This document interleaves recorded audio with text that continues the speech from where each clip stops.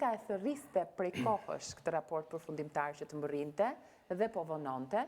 Pati një raport para prak që erdhi disa ditë pas zhvillim të zgjedhjeve të 11 majit, por le të themi që mbetet në të njëjtat gjetje siç ishte dhe para praku, por me element që nuk është se janë të lehtë për pjesën e zhvillimit procesit zgjedhor dhe çfarë ka ndodhur para po pas fushate. Pristit më tepër zoti Gjek Markaj nga ky raport, si e lexuat ju atë? Në djenin time, për aq sa kam memorje mbi raportet e tilla, mendoj që është raporti më kritik për zgjedhjet në epokën e pluralizmit në Shqipëri. Unë ja thash një kolege, një mike gazetare dje që ndoshta me 12 maj, kur ne folëm për farsën elektorale, që ne ndjenim edhe gjatë fushatës disa qeshen, ndoshta me naivitet, ndoshta për arsye tjera.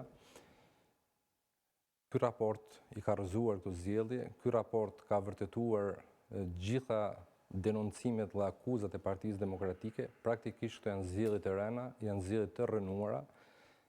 I mbetet, unë nuk shpresoj që kryeministri dhe mazhoranca do të marrin përgjegjësi, madje është krejt e pazakonë që ata deri me sot as se kanë komentuar. Dje kryeministri është marrë me paketën e maleve, kur denoncimet e raportit të OSBE Odirit janë malin e vete, dhe është një mal i patë i kalueshëm praktikisht për një shoqëri që aspiron pluralizëm dhe një demokraci, le të themi, normale me kushte modeste.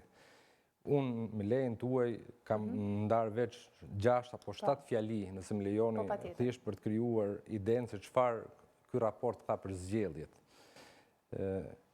E fillon me garë pa kushte të barabarta loje. Qeveria përdori burimet shtetërore. Qeveria krijoi avantazh në zgjedhje. Partia në pushtet përdori ndikimin institucional. U zbe vija ndarëse midis shtetit dhe partisë. Në fushat u forcua imazhi i partisë shtet. U shpërnda bonus special për pensionistët. Qeveria fali në fushat gjobat për qytetarët. U shkel dokumenti i Kopenhagit ose BE-s. Këtë që zë nuk ndaloi aktivitetet e qeverisë në fushat. Zyrtarët e lartë të Partisë Socialiste, zyrtarët e lartë lokal ishin në krye të fushatës Partisë Socialiste, plot të tjera, duke përmendur krimin organizuar, patronazhistët e shumë çka tjetër, janë fjali të tmerrshme, por më rënda gjithave është kur thuhet që partia dhe shteti nuk kanë më një vindarse. Ne në Shqipëri e kemi historinë e partisë shtet për 46 vjet, nga viti 1944 deri në dhjetor të vitit 1990. Dhe e dim çdo thotë partia dhe shteti të bërë një. Patjetër, por kur janë këto gjetje në raportin e OSBE Odirit, dhe kur është një komision për reformën zgjedhore, nga këto gjetje, si pritet të shkohet kjo analizë dhe si do të adaptohet në Komisionin e Reformës Zgjedhore? Pyetjet janë gjithmonë me vend, sigurisht më të vështira janë përgjigjet, sidomos në klimin politike ku ne jemi dhe ku gjendemi, sepse ka një klim vërtet mosbesimit, se kemi disa palë zgjedhje ku partia shtet e ka qëllim vetvete mbajtjen e pushtetit, jo nëpërmjet garës ose konkurrencës së ndershme, por nëpërmjet përvetësimit të votës në mënyrë të pandershme. Megjithatë, ne nuk i zgjedhim kundërshtarët, as ata nuk na zgjedhin ne.